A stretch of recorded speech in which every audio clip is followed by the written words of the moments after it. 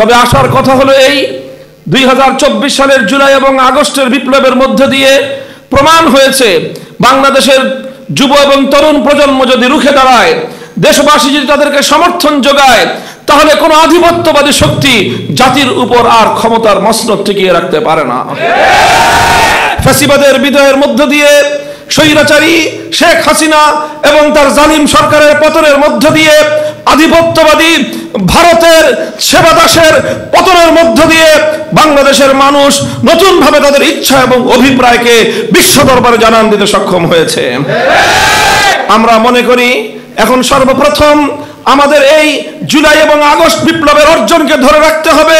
কোনোভাবেই রাজপথে গড়ে ওঠা এই ঐক্যকে ফাটল ধরানো যাবে না, এই ঐক্যের মধ্যে কোনো বিভেদ তৈরি করা যাবে না। বিসমিল্লাহির রহমানির রহিম। وعد الله الذين آمنوا منكم وعملوا الصالحات ليستخلفنهم في الأرض كما استخلف الذين من قبلهم صدق الله العظيم।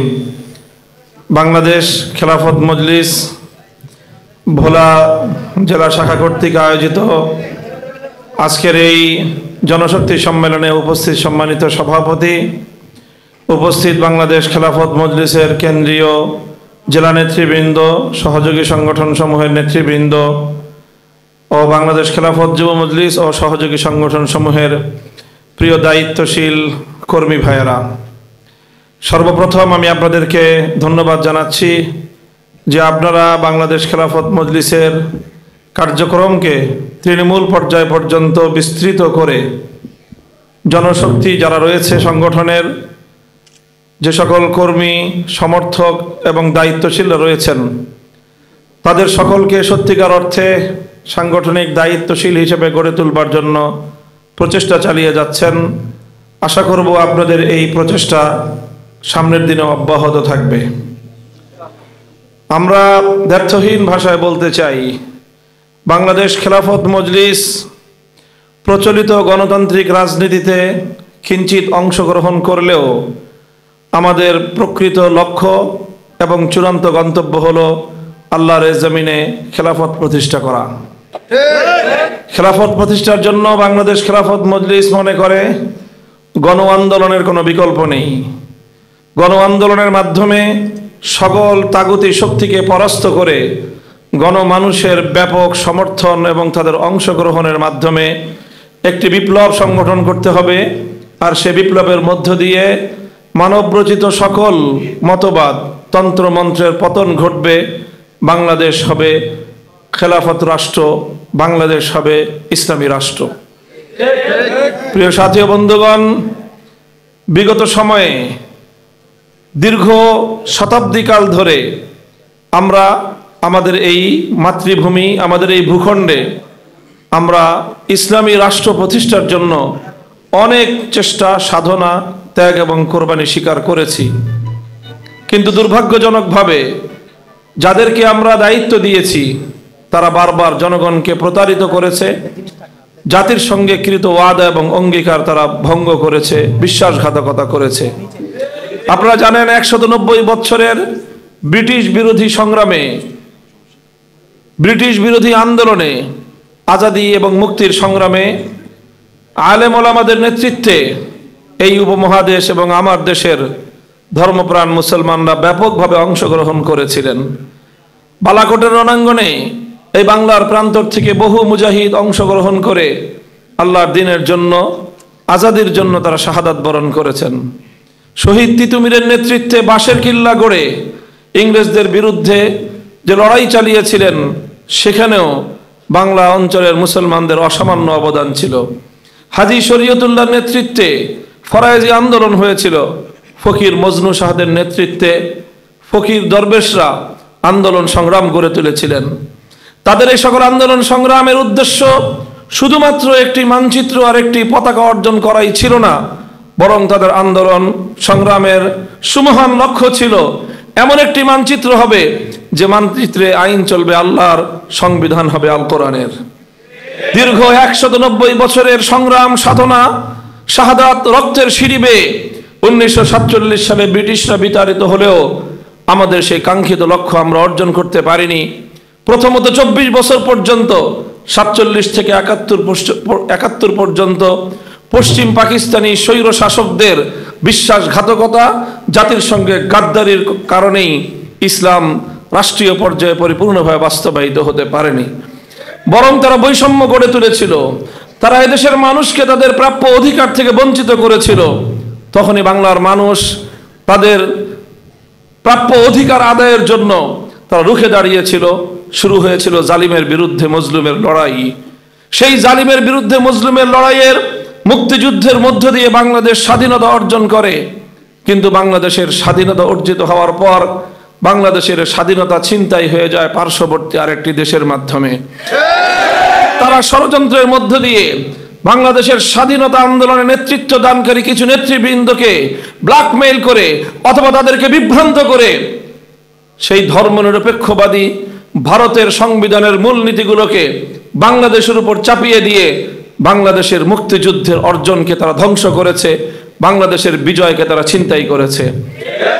এরপর থেকে 54 বছর পর্যন্ত বাংলাদেশ কখনোই তার সেই ব্রিটিশ বিরোধী আন্দোলনের আত্মদানকারী শাহাদাত বরণকারী বীর শহীদানদের আত্মার যে তাদের যে অভিপ্রায় ছিল, তাদের যে আকাঙ্ক্ষা এবং তামান্না ছিল, সেই আকাঙ্ক্ষা এবং তামান্নায় বাংলাদেশকে ফিরিয়ে আনা সম্ভব হয়নি।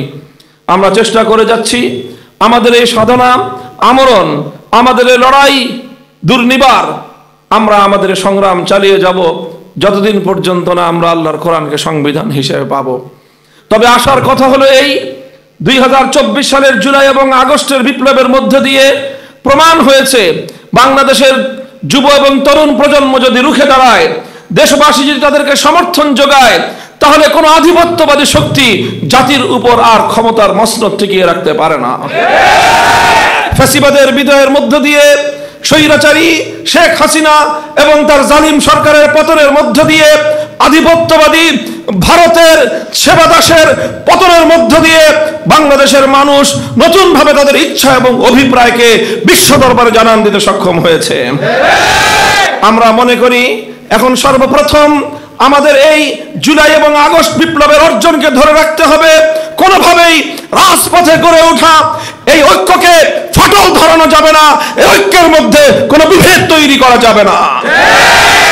ফ্যাসিবাদী এবং বিদেশি প্রভুদের দালাল শক্তিকে বাংলাদেশের রাজনীতিতে পুনর্বাসিত হওয়ার সুযোগ দেওয়া যাবে না। সেই সঙ্গে পর্যায়ক্রমে বাংলাদেশের যে ইসলামাইজেশন হয়েছে, বাংলাদেশের 97% মানুষের যে ইচ্ছা এবং অভিপ্রায়ের প্রতিফলন ঘটেছে যে সকল বিষয়ের মধ্য দিয়ে, রাষ্ট্রযন্ত্রের সেই সকল বিষয়গুলোকে যে কোনো মূল্যে রক্ষা করতে হবে। যেগুলো ইতিপূর্বে আমাদের কাছ থেকে ছিনিয়ে নেওয়া হয়েছিল, আবার সেগুলোকে পুনর্বহাল করতে হবে। সংবিধানের শুরুতে বিসমিল্লাহির রহমানির রহিম রয়েছে, রাষ্ট্র ধর্ম ইসলাম রয়েছে, এই দুটি এখনো বহাল রয়েছে, এগুলোকে যে কোনো মূল্যে বহাল রাখতে হবে। তারপরে সংবিধানে আল্লাহর উপর অবিচল আস্থা এবং বিশ্বাসকে তুলে দিয়ে আবার সেখানে ধর্মনিরপেক্ষতাকে আবার সেখানে পুনর্বাসিত করা হয়েছে, ধর্মনিরপেক্ষতাকে পুনর্পরিবর্তন করা হয়েছে। আজ জুলাই এবং আগস্টের বিপ্লব পরবর্তী বাংলাদেশে দ্ব্যর্থহীন ভাষায় বলতে চাই, ধর্মনিরপেক্ষতা ভারত থেকে আমদানি করা হয়েছিল, সেটা আবার নয়াদিল্লিকে ফেরত দিতে হবে। সংবিধানে আল্লাহর উপর অবিচল আস্থা এবং বিশ্বাস পুনর্বহাল করতে হবে। সেই সাথে সংবিধানের মধ্যে একটি নতুন ধারা সংযুক্ত করার প্রস্তাবনা আমরা মাঠে ময়দানে দিয়ে যাচ্ছি, সেটার প্রতিফলন আমরা দেখতে চাই।